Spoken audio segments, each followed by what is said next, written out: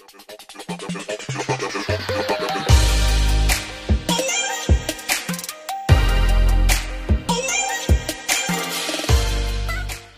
After divorce episode 5। सुहानी भी अपने आंसुओं को पोंछती है और अपनी सीट से उठकर कैफे से बाहर चली जाती है।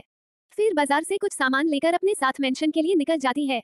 कुछ देर बाद सुहानी मेंशन में पहुंचती है। इस वक्त करीब दिन के 12:30 बज रहे थे जबकि सुहानी 8 बजे ही घर से निकली थी। घर पे आने के बाद सुहानी सीधे अपने कमरे में चली जाती है और अपने साथ लाए हुए सभी सामानों को बेड पे रख देती है और ड्रॉअर के पास जाके कुछ सामान लेके आती है। फिर बेड में ही बैठकर उन अभी चीज को एक रंग बिरंगी कवर से एक एक करके पैक करती है। करीब 1 घंटा लग जाता है उसे सभी चीजों को पैक करने में। फिर सुहानी उन सभी बॉक्सेस को साइड टेबल में रख देती है। सुहानी एक बार पूरे कमरे को बड़े ही गौर से देखती है। उसके आंखों आंसू आने लगते हैं, लेकिन वो खुद को कंट्रोल करती है और अपने आंसू को पोंछती है। फिर लैंडलाइन पे कॉल करके मीना आंटी को बुलाती है। कुछ देर में मीना आंटी उसके कमरे में होती है। सुहानी मीना आंटी को देखकर बोलती है, आंटी आप तो जानती है ना, कल मेरी और आदित्य की मैरिज एनिवर्सरी है। हाँ सुहानी बेटा, हमें पता है, कल पूरे 4 साल हो जाएंगे आपके और आदित्य बाबा के शादी को। मीना आंटी बोलती है। तो आंटी क्या आप मेरी थोड़ी सी हेल्प करेगी? सुहानी उम्मीद से पूछती है। हाँ क्यों नहीं सुहानी बेटा, बोलो, हम अभी कर देते हैं। आंटी आपको कुछ करना नहीं है, वो एक्चुअली मैं ना उन्हें एक सरप्राइज देना चाहती हूँ, तो आप बस मेरी थोड़ी सी हेल्प कर दीजिए। ये कुछ गिफ्ट्स हैं जिन्हें आप कपूर पैलेस भिजवाना है, तो आप इन्हें वहाँ पे भिजवा दीजिए और आप भी वहीं पे आज रुक जाएगा क्योंकि शाम को सभी सर्वेंट्स को भी छुट्टी दे दूंगी। अभी कुछ काम है वो करवाने के बाद कपूर पैलेस में अगर कोई हमारे बारे में पूछे तो बता दीजिएगा कि हम एकदम ठीक है, टेंशन लेने की कोई बात नहीं है। और हाँ, अभी आदित्य को कॉल वॉल करके कुछ नहीं बताए प्लीज, अगर उन्हें पता चलेगा कि मैंने सभी को छुट्टी दे दी ही तो 10 क्वेश्चन करेंगे जो कि मैं नहीं चाहती हूँ। वो आएंगे तब उन्हें खुद ही पता चल जाएगा। प्लीज माना मत कीजिए, आज मैं और आदित्य अकेले में टाइम स्पेंड करना चाहते हैं। मैं उन्हें सरप्राइज देना चाहती हूँ इसलिए बोल रही हूँ, सुहानी रिक्वेस्ट करते हुए बोलती है मीना आंटी से।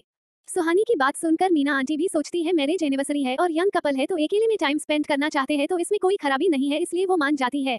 मीना आंटी एक सर्वेंट्स की हेल्प से सभी गिफ्ट्स लेकर जाने लगती है। तभी सुहानी उन्हें रोककर एक बॉक्स पकड़ाते हुए बोलती है, आंटी ये आपके लिए है, मेरी तरफ से गिफ्ट, प्लीज माना मत कीजिए। इतना बोलकर सुहानी गिफ्ट बॉक्स मीना आंटी को पकड़ा देती है।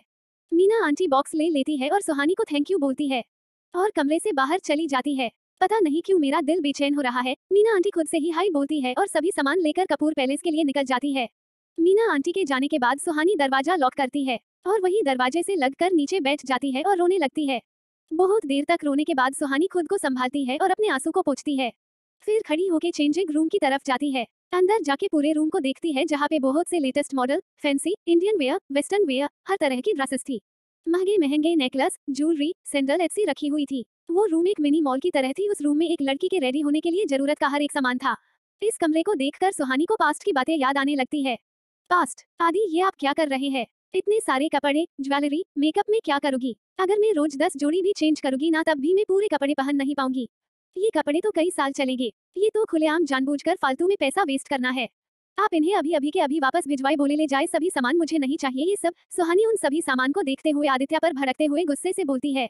सुहानी की गुस्से भरी बातें सुनकर आदित्य हंसता है और उसे पीछे से हग करके बोलता है, ओ माय डियर वाइफी तो गुस्सा हो गई, जबकि ये सब मैंने उसे खुश करने के लिए किया। मुझे थैंक यू बोलने की जगह तुम मुझे ये बोल रही हो कि मैंने फालतू में पैसा वेस्ट किया है।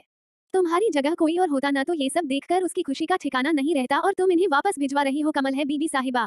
जिस पर सुहानी बोलती है, हाँ नहीं तो क्या, आप इतने मेहनत से पैसे कमाते हो और जब मैं इन सबको पहन ही नहीं तो पूरा तो ये सब फालतू ही जाएंगे ना, इसलिए सब वापस कर दीजिए, मुझसे इतने पैसे वेस्ट नहीं होंगे। फिर आगे जाके के सिंपल सी कुर्ती को दिखाते हुए बोलती है, देख रहे हो इस सदी कुर्ती को, इसकी प्राइस 2.5 लाख है। आखिर इस कुर्ती में क्या खास है जो इसका प्राइस इतना ज्यादा है? मैं ये सेम कुर्ती 250 में ही लेके आ जाऊंगी। फिर स्लीपर को उठाकर बोलती है, ये स्लीपर में आपने 200 खर्चा किया है, मैं न इसमें 200 भी ना दूं, 150 में ही लेके आ जाओगी। अगर दिखाने गई तो शाम से रात, रात से सुबह हो जाएगी। अगर आपको पैसे नहीं संभाले जाते, आपके पास बहुत पैसे हो गए हैं तो उन्हें वेस्ट करने के बजाय मुझे ही दे दीजिए। हाँ तो मेरी जान, मैंने कब मना किया कि मैं तुम्हें पैसे नहीं दूंगा? मेरा सब थारा ही तो है, तुम खुद ही मेरे पैसे उसे नहीं करती हो। मैं तो तुम्हें बोलता हूँ कि मेरे पैसे खर्च करो, लेकिन तुम कहाँ हो मेरी सुनती हो। और ये सब फालतू थोड़ी ना है, ये सब मेरी वाइफ के लिए है। क्या पता कब कौन सी ड्रेस पहनने की जरूरत पड़े, इसलिए मैंने हर तरह की ड्रेसेस मंगवा दिया हूँ। ये सभी डिजाइनर ड्रेसेस है, लेटेस्ट मॉडल जो अभी मार्केट लॉन्च भी नहीं हुई है और ये सब हर महीने चेंज होंगे, इसलिए तुम्हें टेंशन लेने की जरूरत नहीं है कि तुम्हें यही ड्रेसेस सालों तक पहनना पड़ेगा। तुम्हारा हस्बैंड इतना कमाता है और तुम इतनी कंजूस हो, ये शोभा नहीं देता तुम पर। इतना बोलकर आदित्य बिना कुछ सुने ही सुहानी को गोद में उठा लेता है और उस कमरे से बाहर ले जाता है। प्रेजेंट, ये सब सोचकर सुहानी के रोते हुए फेस में एक स्माइल आ जाती है, लेकिन तभी उसे रात की बातें याद आती है जो कल उसने सुनी थी, जिसे सोचकर उसके आंखों से एक बार फिर बेइंतहा आंसू बहने लगते हैं। फ्लैशबैक। रात को जब सुहानी बार बार आदित्य को कॉल कर रही थी लेकिन आदित्य कॉल पिक नहीं कर रहा था। अचानक कॉल पिक होता है जो शायद गलती से हो गया था। सुहानी कुछ बोलती कि तभी उसे एक लड़की की आवाज आती है जो बोल रही थी, आदित्य ये क्या कर रहे हो, तुम्हारी शादी हो गई है, तुम्हारी वाइफ है। लड़की की आवाज सुनकर सुहानी एकदम सुन्न हो जाती है।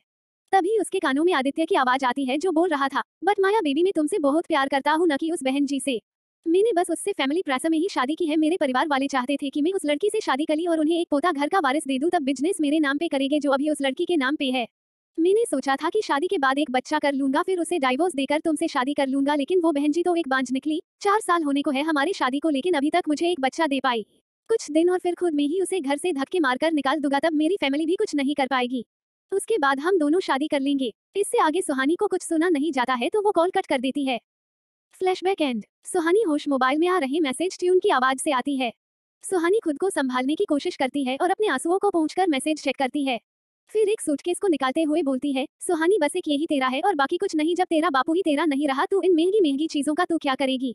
चल अब तेरे जाने का वक्त आ गया है, जो तू अपने साथ लेकर आई थी वही लेकर चल, वरना फिर पता नहीं कितने कितने ताने सुनने को मिलेंगे।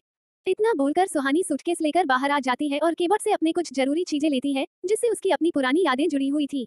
सुहानी सभी चीजें पैक कर लेती है एक छोटे से सूटकेस में। तभी रूम का डोर नॉक होता है जिसे सुनकर सुहानी अपना सूटकेस साइड में छुपाती है और दूर ओपन करती है।